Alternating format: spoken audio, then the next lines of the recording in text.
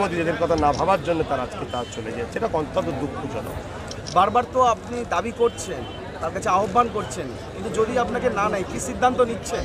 না, এখন আমি কে নিচ্ছে না দিচ্ছে সে জায়গায় আমি আর নাই। মানুষের ভালোবাসা, মানুষ জেগে গেছে, মানুষ বুঝতে পেরেছে। অতএব তিনি যদি আসে তিনার লাভ হবে, আমি যদি নাও যাই আমার এখানে লস হওয়ার কিছু নেই, কেন আমি আমার জায়গা ঠিক তৈরি করি। বাংলার রাজনীতিতে বিশেষ করে তৃণমূলের কাছে যুব সমাজটা এখন তাদের কাছে কাণ্ডারি হয়ে দাঁড়িয়েছে। এটা কি শুধু যুব সমাজের কাছে একটা অভিশাপ? আমি ঠিক বুঝলাম না। বিরোধী রাজনৈতিক দল যেটা দাবি করছে যে তৃণমূলের ধ্বংসের কারণ হচ্ছে যুব তৃণমূল কংগ্রেস। দেখুন, একেবারে ভুল বলেছে বলে আমি বলবো না। আমিও মনে করি যে এই ব্যাপারটা দিদিমণি ভাবার দরকার ছিল যে আমার একটা ভাইপো অভিষেকের জন্য আজকে যতজন যাচ্ছে তত শোনা যাচ্ছে অভিষেকের ওপরেই মানুষ মন খারাপ করে চলে যাচ্ছে। কেন একটা জুনিয়র ছেলে হঠাৎ করে এসে যারা দলকে জন্ম দিয়েছে তাদের ওপরে মিজাজ দেখাবে, পারে না, মেনে নিতে পারছেন না, খবর সূত্রে জানা যাচ্ছে। যদি এটা হয় তাহলে উচিত ছিল দিদিমণির জায়গাটা ভাবা এবং তাকে সরিয়ে রেখে মানুষের কথা ভেবে, দলের সমস্ত মানুষের কথা ভেবে দলটাকে আগানো দরকার ছিল। তবে টিএমসি তো আমার দল নয়, ভালোবেসে এনেছিলাম ঠিকই, কে ধ্বংস হচ্ছে না হচ্ছে ভেবে না ভেবে আমি আমার মিশনে চলছি। আপনি এই জেলায় বিভিন্ন জায়গায় সভা করছেন, তো তৃণমূলের পক্ষ থেকে দাবি করা হচ্ছে যে তিনি ধর্মীয় সভার নামে এখানে রাজনৈতিক ইস্যু চড়াচ্ছেন, কি বলবেন?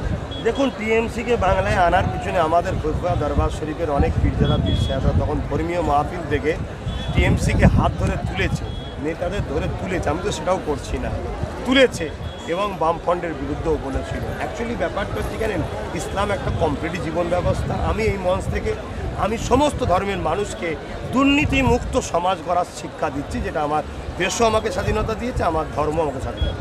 এই জেলার সংখ্যালঘু উন্নয়ন দপ্তরের মন্ত্রী একাধিকবার এই জেলাতে এসেছেন, সংখ্যালঘুদের জন্য আদৌ কি কিছু করেছে? আমার তো মনে হয় না। যদি হতো তাহলে এই মানুষগুলো তাহলে বলতো না যে আমরা বঞ্চিত আছি।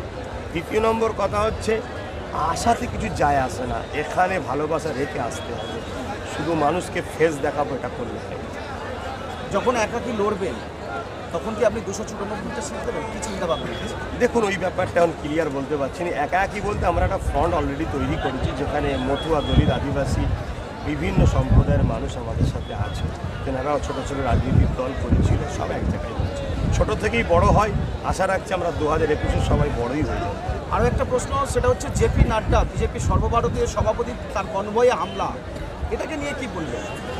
এটা একটা নাটক আমি মনে করি। তবে বাংলার গণতন্ত্র জন্য একটা খুবই দুঃখজনক। তবে এটা একটা চক্রান্ত কিন্তু আমি মনে করি মুসলিম সমাজকে বদনাম করা। কারণ দুনিয়ার কোনো জায়গায় হলো না, যে জায়গাটা মুসলিম এলাকা সেই জায়গাটায় হলো, তার মানে মুসলমানকে এটা বদনাম করার ষড়যন্ত্র।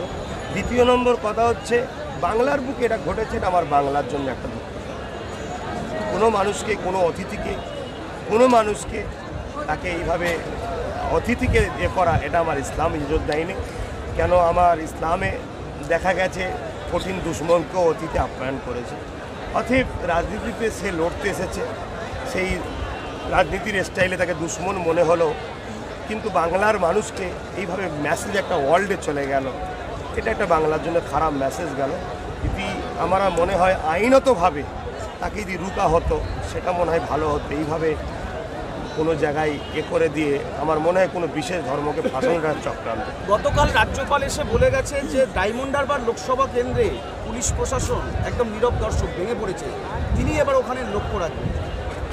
দেখুন, রাজ্যপাল তো রাজ্যের মেন ভূমিকা রাখে। সিএম হলেও রাজ্যপালের সম্মানটা আইনত হিসেবে পদাধিকারী বেশি, অতএব তিনি রাখতে পারেন, তেনার অধিকার আছে, আইনত অধিকার আছে, রাখতে পারেন। আমরা সুশাসনের পক্ষে, আমরাও চাই প্রশাসন ভেঙে, মানে প্রশাসন খারাপ নয়, প্রশাসনকে কাজ করতে দেওয়া হচ্ছে, প্রশাসন সক্রিয় আছে, তাদের কাজ করতে দেওয়া হচ্ছে।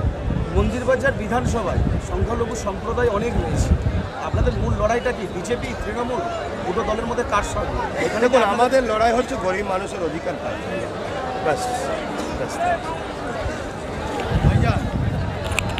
হিন্দুদের জায়গা মুসলমান পারমিশন দেন, হিন্দু ভাইরা দিয়েছে। তাই? এ ভাই, আমি তো জানি না, আমাকে এখন বলছে। শোনেন, ভাবুন তাহলে, এই এলাকায় জলসায় কোনো মুসলিম জায়গা পাইনে বা করতে দেয়নি, যাই হোক XYZ, এটা আমার একটা হিন্দু ভাই করতে দিয়েছে। ও মুসলিম করতে দেয়নি, কথা বুঝুন। তাহলে আল্লাহ রসুল যে 1500 বছর আগে বলল যে আমার ভয় হয় আমার উম্মতদের ক্ষতি, প্রকাশ্য যারা ইসলাম থেকে বাইরে তারা করতে পারবে না, মুনাফেকরাই করবে, কথা বুঝে আসছে। আজকে তার প্রমাণ হলো।